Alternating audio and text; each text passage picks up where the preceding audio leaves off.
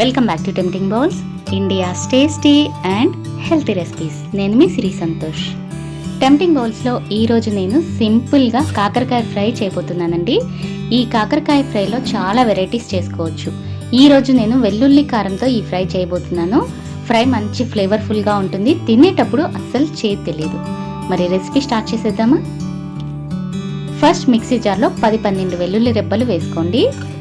Next 2 tea స్పూన్ల జీలకర్ర, 2 tea స్పూన్ల ఉప్పు,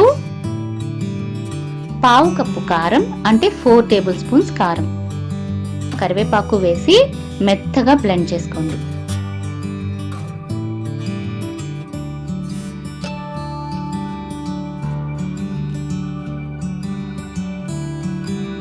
ఇలా పొడి చేసుకున్నాక దీన్ని కొద్దిసేపు పక్కన పెట్టుకోండి. నెక్స్ట్ ఇక్కడ నేను ఒక 1/2 కేజీ కాకరకాయలు తీసుకున్నాను. వీటికి మొదలు చివర కట్ చేసేసి పైన గరుకుగా ఉండే చెక్కు మొత్తం ఇలా గీసేయండి. ఇలా చెక్కు మొత్తం గీసేసిన తర్వాత కాకరకాయలని ఒకసారి బాగా కడగండి.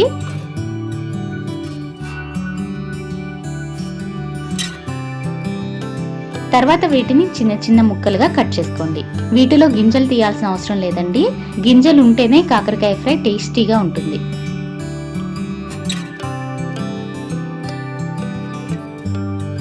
ఇలా సన్నగా కట్ చేసుకొని పక్కన పెట్టుకోండి.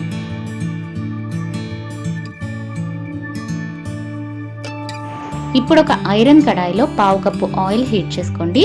నాన్ స్టిక్స్ కంటే ఇలా ఐరన్ కడాయిలో చేసిన ఫ్రైస్ చాలా టేస్టీగా ఉంటాయి. ఇందులో కొద్దిగా కరివేపాకు వేసి కట్ చేసి పెట్టుకున్న కాకరకాయ ముక్కలు వేసేస్తున్నాను.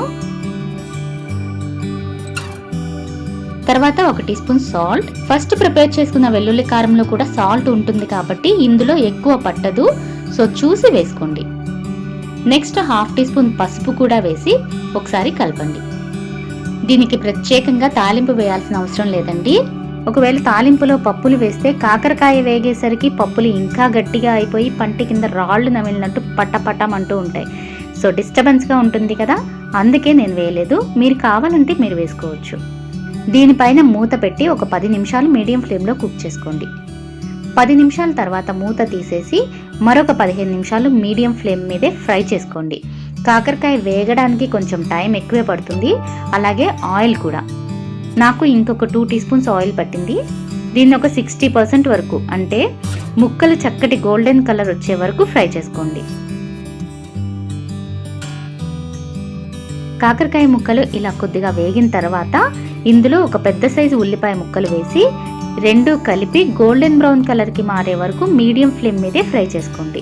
ఉల్లిపాయ ముక్కలు ఫస్ట్ తాలింపులోనే వేసేయచ్చు కదా అనే డౌట్ మీకు రావచ్చు, కానీ ఉల్లిపాయ ముక్కలు 5 నిమిషాల్లో వేగిపోతాయి.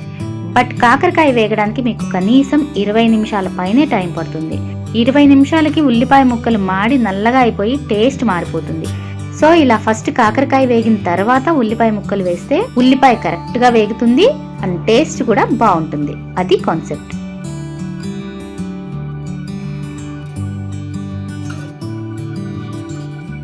కాకరకాయ ముక్కలు ఇలా చక్కటి గోల్డెన్ బ్రౌన్ కలర్కి మారిన తర్వాత ఇప్పుడు ఇందులో ఫస్ట్ ప్రిపేర్ చేసుకున్న వెల్లుల్లి కారం ఒక 1/2 కప్పు వేస్తున్నాను.